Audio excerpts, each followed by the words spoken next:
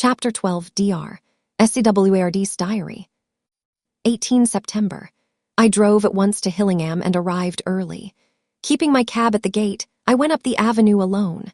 I knocked gently and rang as quietly as possible, for I feared to disturb Lucy or her mother, and hoped to only bring a servant to the door. After a while, finding no response, I knocked and rang again, still no answer. I cursed the laziness of the servants that they should lie abed at such an hour, for it was now 10 o'clock, and so rang and knocked again, but more impatiently, but still without response. Hitherto I had blamed only the servants, but now a terrible fear began to assail me. Was this desolation but another link in the chain of doom which seemed drawing tight around us? Was it indeed a house of death to which I had come, too late?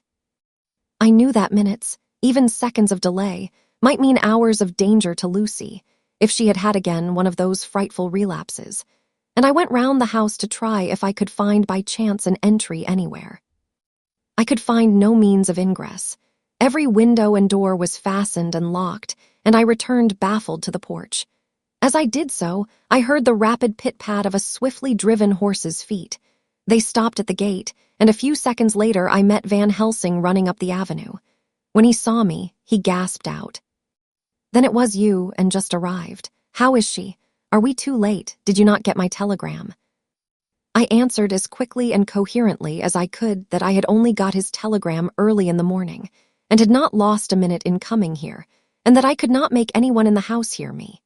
He paused and raised his hat as he said solemnly, "Then I fear we are too late. God's will be done." With his usual recuperative energy, he went on, "Come, if there be no way open to get in, we must make one. Time is all in all to us now." We went round to the back of the house, where there was a kitchen window. The professor took a small surgical saw from his case, and handing it to me, pointed to the iron bars which guarded the window. I attacked them at once and had very soon cut through 3 of them. Then with a long, thin knife we pushed back the fastening of the sashes and opened the window. I helped the professor in and followed him. There was no one in the kitchen or in the servants' rooms, which were close at hand. We tried all the rooms as we went along, and in the dining room, dimly lit by rays of light through the shutters, found 4 servant women lying on the floor. There was no need to think them dead, for their stertorous breathing and the acrid smell of laudanum in the room left no doubt as to their condition. Van Helsing and I looked at each other, and as we moved away, he said, "We can attend to them later." Then we ascended to Lucy's room. For an instant or two we paused at the door to listen, but there was no sound that we could hear. With white faces and trembling hands, we opened the door gently and entered the room. How shall I describe what we saw? On the bed lay 2 women, Lucy and her mother. The latter lay farthest in, and she was covered with a white sheet, the edge of which had been blown back by the draught through the broken window, showing the drawn, white face with a look of terror fixed upon it. By her side lay Lucy, with face white and still more drawn. The flowers which had been round her neck we found upon her mother's bosom, and her throat was bare, showing the 2 little wounds which we had noticed before, but looking horribly white and mangled. Without a word, the professor bent over the bed, his head almost touching poor Lucy's breast. Then he gave a quick turn of his head, as of one who listens, and leaping to his feet, he cried out to me, "It is not yet too late. Quick, quick, bring the brandy." I flew downstairs and returned with it, taking care to smell and taste it, lest it, too, were drugged like the decanter of sherry which I found on the table. The maids were still breathing, but more restlessly, and I fancied that the narcotic was wearing off. I did not stay to make sure, but returned to Van Helsing. He rubbed the brandy, as on another occasion, on her lips and gums and on her wrists and the palms of her hands. He said to me, "I can do this, all that can be at the present. You go wake those maids. Flick them in the face with a wet towel and flick them hard. Make them get heat and fire and a warm bath.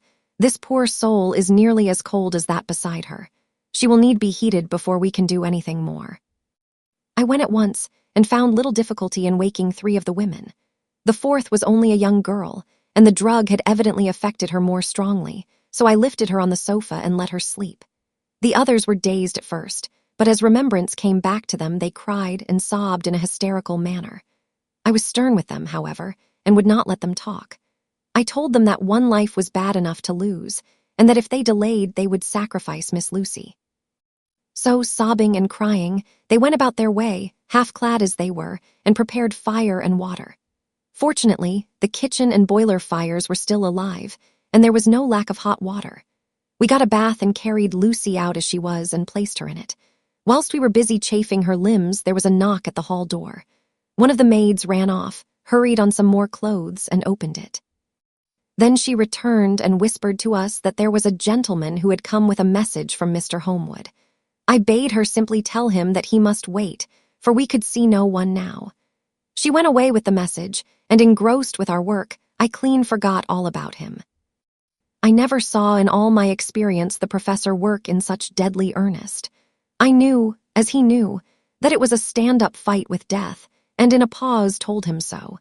He answered me in a way that I did not understand, but with the sternest look that his face could wear. If that were all, I would stop here where we are now, and let her fade away into peace, for I see no light in life over her horizon. He went on with his work with, if possible, renewed and more frenzied vigor. Presently we both began to be conscious that the heat was beginning to be of some effect. Lucy's heart beat a trifle more audibly to the stethoscope, and her lungs had a perceptible movement. Van Helsing's face almost beamed, and as we lifted her from the bath and rolled her in a hot sheet to dry her, he said to me, "The first gain is ours. Check to the king." We took Lucy into another room, which had by now been prepared, and laid her in bed and forced a few drops of brandy down her throat. I noticed that Van Helsing tied a soft silk handkerchief round her throat. She was still unconscious, and was quite as bad as, if not worse than, we had ever seen her. Van Helsing called in one of the women, and told her to stay with her and not to take her eyes off her till we returned, and then beckoned me out of the room. "We must consult as to what is to be done," he said as we descended the stairs. In the hall he opened the dining-room door, and we passed in, he closing the door carefully behind him. The shutters had been opened, but the blinds were already down, with that obedience to the etiquette of death which the British woman of the lower classes always rigidly observes. The room was, therefore, dimly dark.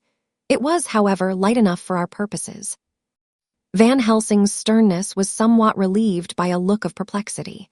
He was evidently torturing his mind about something, so I waited for an instant, and he spoke. "What are we to do now? Where are we to turn for help? We must have another transfusion of blood, and that soon, or that poor girl's life won't be worth an hour's purchase. You are exhausted already. I am exhausted too. I fear to trust those women, even if they would have courage to submit. What are we to do for someone who will open his veins for her? What's the matter with me, anyhow?" The voice came from the sofa across the room, and its tones brought relief and joy to my heart, for they were those of Quincy Morris. Van Helsing started angrily at the first sound, but his face softened, and a glad look came into his eyes as I cried out, "Quincy Morris!" and rushed towards him with outstretched hands. "What brought you here?" I cried as our hands met. "I guess Art is the cause." He handed me a telegram. "Have not heard from Seward for 3 days and am terribly anxious. Cannot leave, father still in same condition. Send me word how Lucy is. Do not delay. Homewood." I think I came just in the nick of time. You know you have only to tell me what to do. Van Helsing strode forward and took his hand, looking him straight in the eyes as he said, "A brave man's blood is the best thing on this earth when a woman is in trouble. You're a man and no mistake. Well, the devil may work against us for all he's worth. But God sends us men when we want them." Once again we went through that ghastly operation. I have not the heart to go through with the details. Lucy had got a terrible shock, and it told on her more than before, for though plenty of blood went into her veins, her body did not respond to the treatment as well as on the other occasions. Her struggle back into life was something frightful to see and hear. However, the action of both heart and lungs improved, and Van Helsing made a subcutaneous injection of morphia, as before, and with good effect. Her faint became a profound slumber. The professor watched whilst I went downstairs with Quincy Morris, and sent one of the maids to pay off one of the cabmen who were waiting. I left Quincy lying down after having a glass of wine, and told the cook to get ready a good breakfast.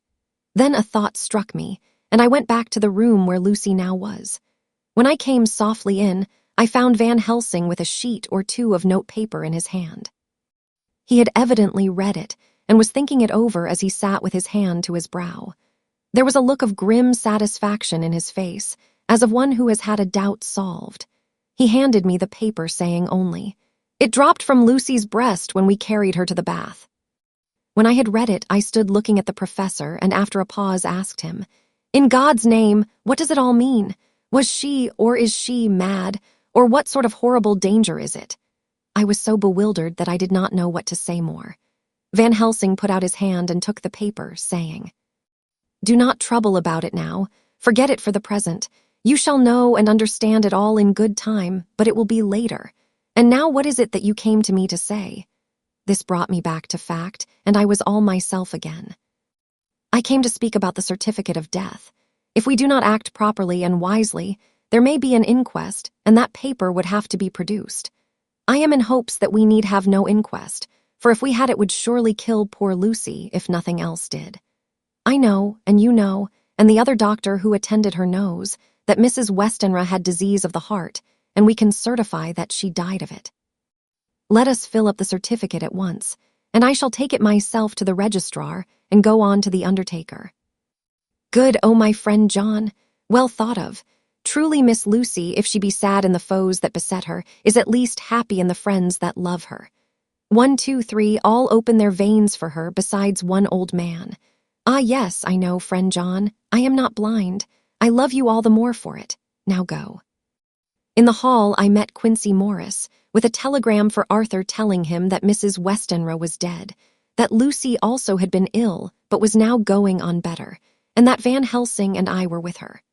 I told him where I was going, and he hurried me out, but as I was going said, "When you come back, Jack, may I have 2 words with you all to ourselves?" I nodded in reply and went out. I found no difficulty about the registration, and arranged with the local undertaker to come up in the evening to measure for the coffin and to make arrangements. When I got back, Quincy was waiting for me. I told him I would see him as soon as I knew about Lucy, and went up to her room. She was still sleeping, and the professor seemingly had not moved from his seat at her side. From his putting his finger to his lips, I gathered that he expected her to wake before long and was afraid of forestalling nature. So I went down to Quincy and took him into the breakfast room, where the blinds were not drawn down, and which was a little more cheerful, or rather less cheerless than the other rooms. When we were alone, he said to me, "Jack Seward, I don't want to shove myself in anywhere where I've no right to be, but this is no ordinary case. You know I loved that girl and wanted to marry her, but although that's all past and gone, I can't help feeling anxious about her all the same. What is it that's wrong with her? The Dutchman, and a fine old fellow he is, I can see that, said that time you 2 came into the room that you must have another transfusion of blood, and that both you and he were exhausted. Now I know well that you medical men speak in camera, and that a man must not expect to know what they consult about in private. But this is no common matter, and whatever it is, I have done my part. Is not that so?" "That's so," I said, and he went on. "I take it that both you and Van Helsing had done already what I did today. Is not that so?" "That's so. And I guess Art was in it too. When I saw him 4 days ago down at his own place, he looked queer. I have not seen anything pulled down so quick since I was on the Pampas, and had a mare that I was fond of go to grass all in a night. One of those big bats that they call vampires had got at her in the night, and what with his gorge and the vein left open, there wasn't enough blood in her to let her stand up, and I had to put a bullet through her as she lay. Jack, if you may tell me without betraying confidence, Arthur was the first, is not that so?" As he spoke, the poor fellow looked terribly anxious. He was in a torture of suspense regarding the woman he loved, and his utter ignorance of the terrible mystery which seemed to surround her intensified his pain. His very heart was bleeding, and it took all the manhood of him, and there was a royal lot of it, too, to keep him from breaking down.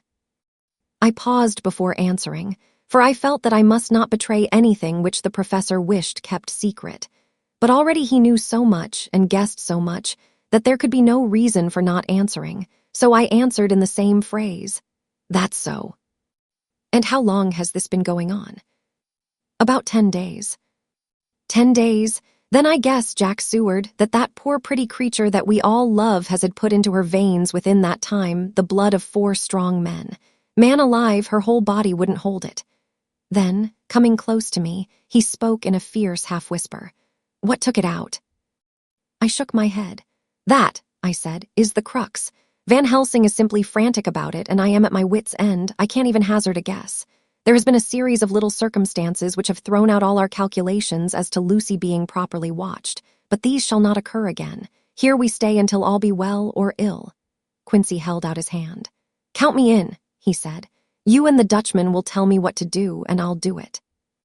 When she woke late in the afternoon, Lucy's first movement was to feel in her breast, and to my surprise, produced the paper which Van Helsing had given me to read. The careful professor had replaced it where it had come from, lest on waking she should be alarmed. Her eye then lit on Van Helsing and on me too, and gladdened. Then she looked around the room, and seeing where she was, shuddered. She gave a loud cry, and put her poor thin hands before her pale face. We both understood what that meant, that she had realized to the full her mother's death, so we tried what we could to comfort her. Doubtless sympathy eased her somewhat, but she was very low in thought and spirit, and wept silently and weakly for a long time. We told her that either or both of us would now remain with her all the time, and that seemed to comfort her. Towards dusk she fell into a doze. Here a very odd thing occurred. While still asleep, she took the paper from her breast and tore it in two. Van Helsing stepped over and took the pieces from her. All the same, however, she went on with the action of tearing, as though the material were still in her hands. Finally, she lifted her hands and opened them as though scattering the fragments. Van Helsing seemed surprised, and his brows gathered as if in thought, but he said nothing. 19 September. All last night she slept fitfully, being always afraid to sleep, and something weaker when she woke from it. The professor and I took it in turns to watch, and we never left her for a moment unattended. Quincy Morris said nothing about his intention, but I knew that all night long he patrolled round and round the house. When the day came, its searching light showed the ravages in poor Lucy's strength. She was hardly able to turn her head, and the little nourishment which she could take seemed to do her no good. At times she slept, and both Van Helsing and I noticed the difference in her between sleeping and waking. Whilst asleep she looked stronger, although more haggard, and her breathing was softer. Her open mouth showed the pale gums drawn back from the teeth, which thus looked positively longer and sharper than usual. When she woke, the softness of her eyes evidently changed the expression, for she looked her own self, although a dying one. In the afternoon she asked for Arthur, and we telegraphed for him. Quincy went off to meet him at the station.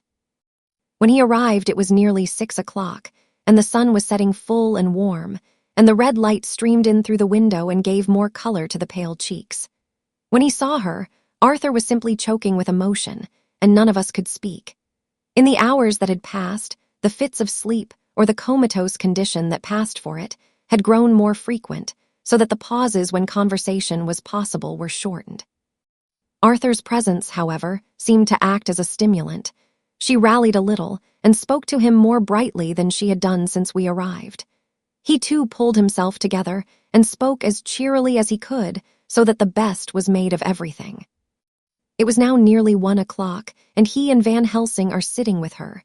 I am to relieve them in a quarter of an hour, and I am entering this on Lucy's phonograph. Until 6 o'clock they are to try to rest. I fear that tomorrow will end our watching, for the shock has been too great. The poor child cannot rally. God help us all. Letter, Mina Harker to Lucy Westenra, unopened by her. 17 September. My dearest Lucy, it seems an age since I heard from you, or indeed since I wrote. You will pardon me, I know, for all my faults when you have read all my budget of news. Well, I got my husband back all right. When we arrived at Exeter, there was a carriage waiting for us, and in it, though he had an attack of gout, Mr. Hawkins. He took us to his house, where there were rooms for us all nice and comfortable, and we dined together. After dinner, Mr. Hawkins said, My dears, I want to drink your health and prosperity, and may every blessing attend you both. I know you both from children and have, with love and pride, seen you grow up. Now I want you to make your home here with me. I have left to me neither chick nor child. All are gone, and in my will I have left you everything. I cried, Lucy dear, as Jonathan and the old man clasped hands. Our evening was a very, very happy one. So here we are, installed in this beautiful old house, and from both my bedroom and the drawing room I can see the great elms of the cathedral close, with their great black stems standing out against the old yellow stone of the cathedral, and I can hear the rooks overhead cawing and chattering and gossiping all day, after the manner of rooks and humans. I am busy, I need not tell you, arranging things and housekeeping. Jonathan and Mr. Hawkins are busy all day, for now that Jonathan is a partner, Mr. Hawkins wants to tell him all about the clients. How is your dear mother getting on? I wish I could run up to town for a day or two to see you, dear, but I dare not go yet, with so much on my shoulders, and Jonathan wants looking after still. He is beginning to put some flesh on his bones again, but he was terribly weakened by the long illness.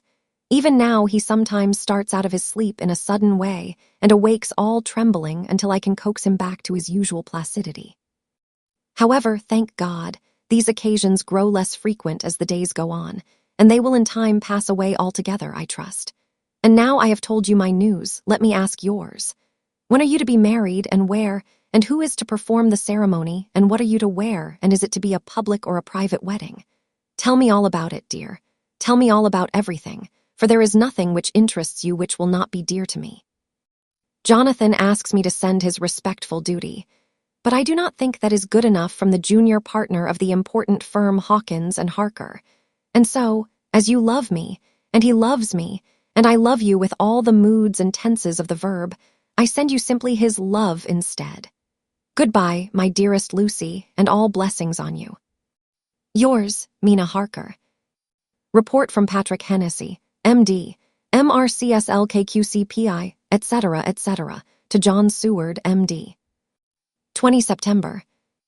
My dear sir, in accordance with your wishes, I enclose report of the conditions of everything left in my charge. With regard to patient Renfield, there is more to say. He has had another outbreak, which might have had a dreadful ending, but which, as it fortunately happened, was unattended with any unhappy results. This afternoon a carrier's cart with 2 men made a call at the empty house whose grounds abut on ours, the house to which, you will remember, the patient twice ran away. The men stopped at our gate to ask the porter their way, as they were strangers. I was myself looking out of the study window, having a smoke after dinner, and saw one of them come up to the house. As he passed the window of Renfield's room, the patient began to rate him from within, and called him all the foul names he could lay his tongue to.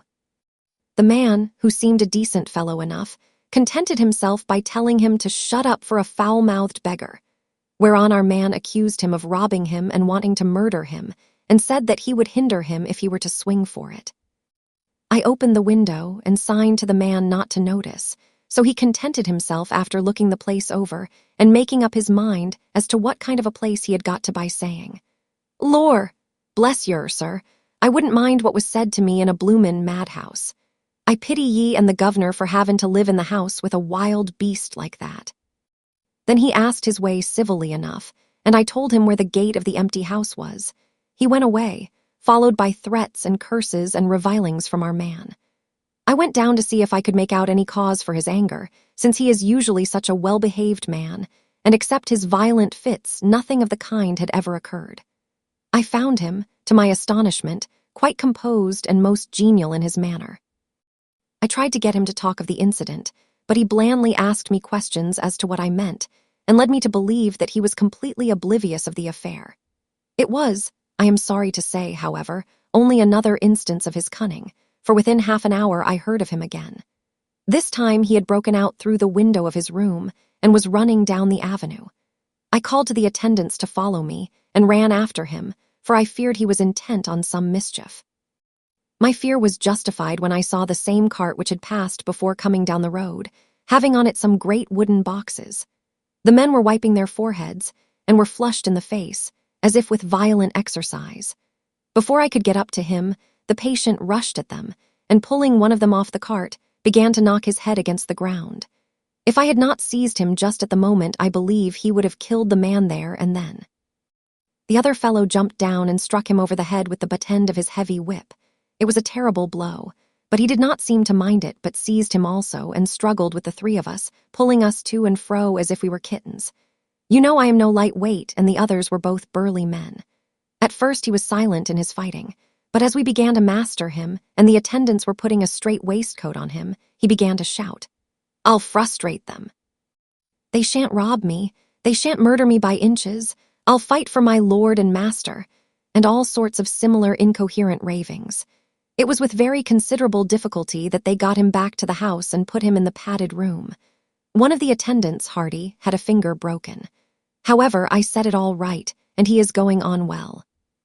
The two carriers were at first loud in their threats of actions for damages, and promised to rain all the penalties of the law on us. Their threats were, however, mingled with some sort of indirect apology for the defeat of the two of them by a feeble madman. They said that if it had not been for the way their strength had been spent in carrying and raising the heavy boxes to the cart, they would have made short work of him.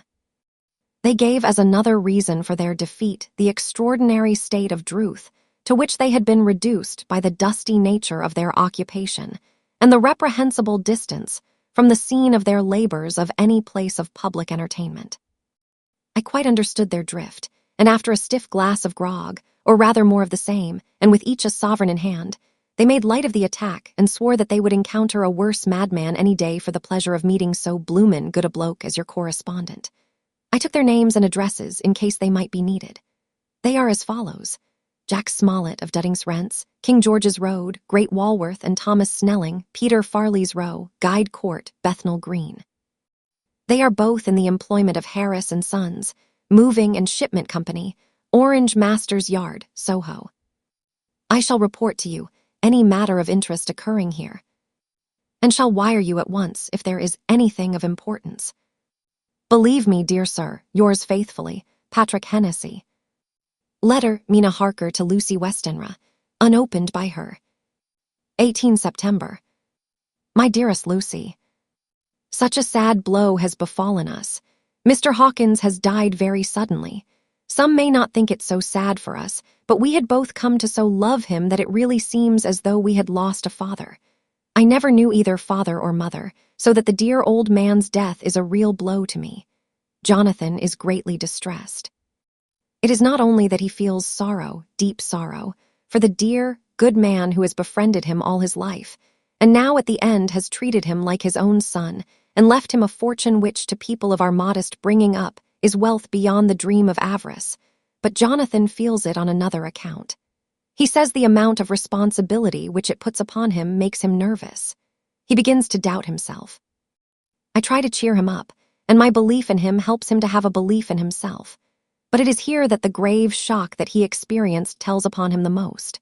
Oh, it is too hard that a sweet, simple, noble, strong nature such as his, a nature which enabled him by our dear, good friend's aid to rise from clerk to master in a few years, should be so injured that the very essence of its strength is gone. Forgive me, dear, if I worry you with my troubles in the midst of your own happiness. But, Lucy, dear, I must tell someone, for the strain of keeping up a brave and cheerful appearance to Jonathan tries me, and I have no one here that I can confide in. I dread coming up to London, as we must do the day after tomorrow, for poor Mr. Hawkins left in his will that he was to be buried in the grave with his father. As there are no relations at all, Jonathan will have to be chief mourner. I shall try to run over to see you, dearest, if only for a few minutes. Forgive me for troubling you, with all blessings. Your loving, Mina Harker. Dr. Seward's Diary. 20 September. Only resolution and habit can let me make an entry tonight. I am too miserable, too low-spirited, too sick of the world and all in it, including life itself, that I would not care if I heard this moment the flapping of the wings of the angel of death. And he has been flapping those grim wings to some purpose of late, Lucy's mother and Arthur's father, and now, let me get on with my work. I duly relieved Van Helsing in his watch over Lucy. We wanted Arthur to go to rest also, but he refused at first. It was only when I told him that we should want him to help us during the day, and that we must not all break down for want of rest, lest Lucy should suffer, that he agreed to go. Van Helsing was very kind to him. "Come, my child," he said. "Come with me. You are sick and weak, and have had much sorrow and much mental pain, as well as that tax on your strength that we know of. You must not be alone, for to be alone is to be full of fears and alarms. Come to the drawing-room, where there is a big fire and there are 2 sofas. You shall lie on one and I on the other, and our sympathy will be comfort to each other, even though we do not speak, and even if we sleep." Arthur went off with him, casting back a longing look on Lucy's face, which lay in her pillow, almost whiter than the lawn. She lay quite still, and I looked round the room to see that all was as it should be. I could see that the professor had carried out in this room, as in the other, his purpose of using the garlic. The whole of the window sashes reeked with it, and round Lucy's neck, over the silk handkerchief which Van Helsing made her keep on, was a rough chaplet of the same odorous flowers. Lucy was breathing somewhat stertorously, and her face was at its worst, for the open mouth showed the pale gums. Her teeth, in the dim, uncertain light, seemed longer and sharper than they had been in the morning. In particular, by some trick of the light, the canine teeth looked longer and sharper than the rest. I sat down by her, and presently she moved uneasily. At the same moment there came a sort of dull flapping or buffeting at the window. I went over to it softly and peeped out by the corner of the blind. There was a full moonlight, and I could see that the noise was made by a great bat, which wheeled round, doubtless attracted by the light, although so dim, and every now and again struck the window with its wings. When I came back to my seat, I found that Lucy had moved slightly and had torn away the garlic flowers from her throat. I replaced them as well as I could and sat watching her. Presently she woke, and I gave her food, as Van Helsing had prescribed. She took but a little, and that languidly. There did not seem to be with her now the unconscious struggle for life and strength that had hitherto so marked her illness. It struck me as curious that the moment she became conscious, she pressed the garlic flowers close to her. It was certainly odd that whenever she got into that lethargic state, with the stertorous breathing, she put the flowers from her, but that when she waked, she clutched them close. There was no possibility of making any mistake about this, for in the long hours that followed, she had many spells of sleeping and waking, and repeated both actions many times. At 6 o'clock Van Helsing came to relieve me. Arthur had then fallen into a doze, and he mercifully let him sleep on. When he saw Lucy's face, I could hear the sissing and draw of his breath, and he said to me in a sharp whisper, "Draw up the blind, I want light." Then he bent down, and with his face almost touching Lucy's, examined her carefully. He removed the flowers and lifted the silk handkerchief from her throat. As he did so, he started back, and I could hear his ejaculation, "Mein Gott," as it was smothered in his throat. I bent over and looked, too, and as I noticed, some queer chill came over me. The wounds on the throat had absolutely disappeared. For fully 5 minutes, Van Helsing stood looking at her, with his face at its sternest.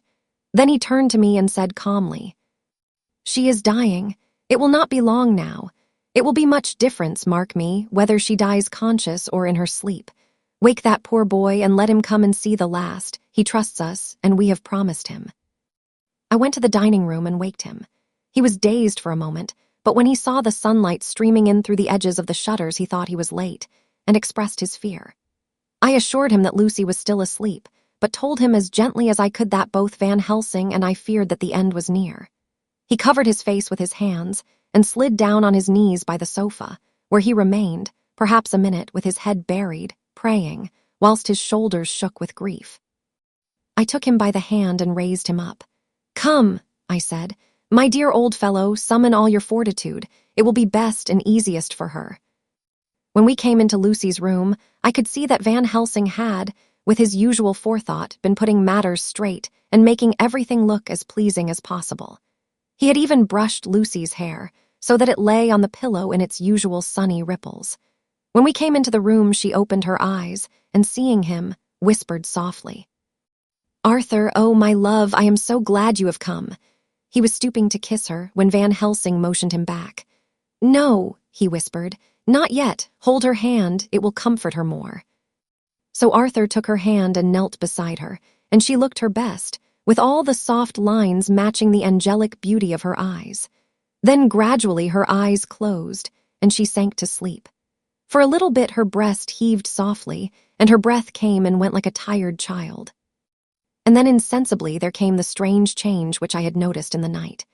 Her breathing grew stertorous, the mouth opened, and the pale gums, drawn back, made the teeth look longer and sharper than ever. In a sort of sleep-waking, vague, unconscious way, she opened her eyes, which were now dull and hard at once, and said in a soft, voluptuous voice, such as I had never heard from her lips. "Arthur, oh, my love, I am so glad you have come. Kiss me." Arthur bent eagerly over to kiss her, but at that instant Van Helsing, who, like me, had been startled by her voice, swooped upon him, and catching him by the neck with both hands, dragged him back with a fury of strength which I never thought he could have possessed, and actually hurled him almost across the room. "Not for your life," he said, "not for your living soul and hers," and he stood between them like a lion at bay.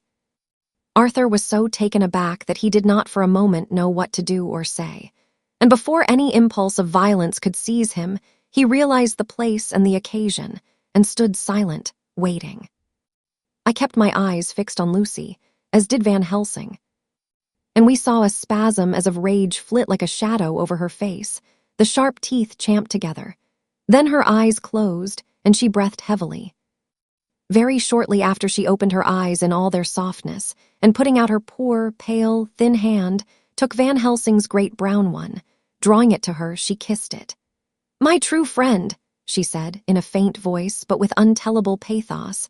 "My true friend and his. Oh, guard him and give me peace." "I swear it," he said solemnly, kneeling beside her and holding up his hand as one who registers an oath. Then he turned to Arthur and said to him, "Come, my child, take her hand in yours and kiss her on the forehead, and only once." Their eyes met instead of their lips, and so they parted. Lucy's eyes closed, and Van Helsing, who had been watching closely, took Arthur's arm and drew him away. And then Lucy's breathing became stertorous again, and all at once it ceased. "It is all over," said Van Helsing. "She is dead." I took Arthur by the arm and led him away to the drawing room, where he sat down and covered his face with his hands, sobbing in a way that nearly broke me down to see. I went back to the room and found Van Helsing looking at poor Lucy, and his face was sterner than ever. Some change had come over her body. Death had given back part of her beauty, for her brow and cheeks had recovered some of their flowing lines. Even the lips had lost their deadly pallor. It was as if the blood, no longer needed for the working of the heart, had gone to make the harshness of death as little rude as might be. We thought her dying whilst she slept, and sleeping when she died. I stood beside Van Helsing and said, "Ah, well, poor girl, there is peace for her at last. It is the end." He turned to me and said with grave solemnity, "Not so, alas, not so. It is only the beginning." When I asked him what he meant, he only shook his head and answered, "We can do nothing as yet. Wait and see."